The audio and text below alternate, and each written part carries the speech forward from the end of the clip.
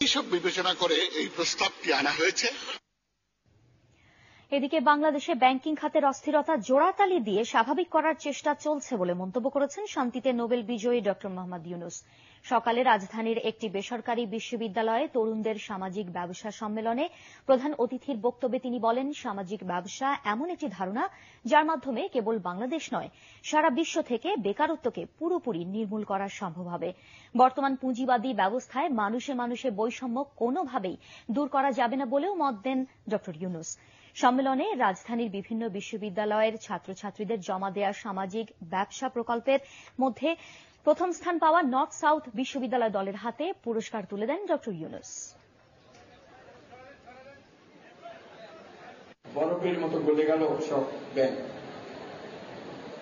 কিন্তু ব্যাংকিং ইনস্টিটিউশনের কোন পরিবর্তন করে আমরা অগ্রসর হইনি। আমরা অন্য রকমের দান খয়রাত দিয়ে সরকারের কাছ থেকে টাকা নিয়ে বেইল আউট প্যাকেজ নিয়ে বের হয়ে আসার চেষ্টা করছি, নিজেকে আর পরিবর্তন করা হয়।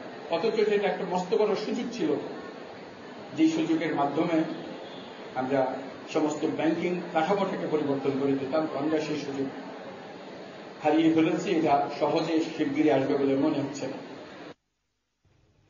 প্রশ্নপত্র ফাঁস ঠেকাতে সরকারি ছুটি ছাড়া কোনো বিরতি না দিয়ে টানা পরীক্ষার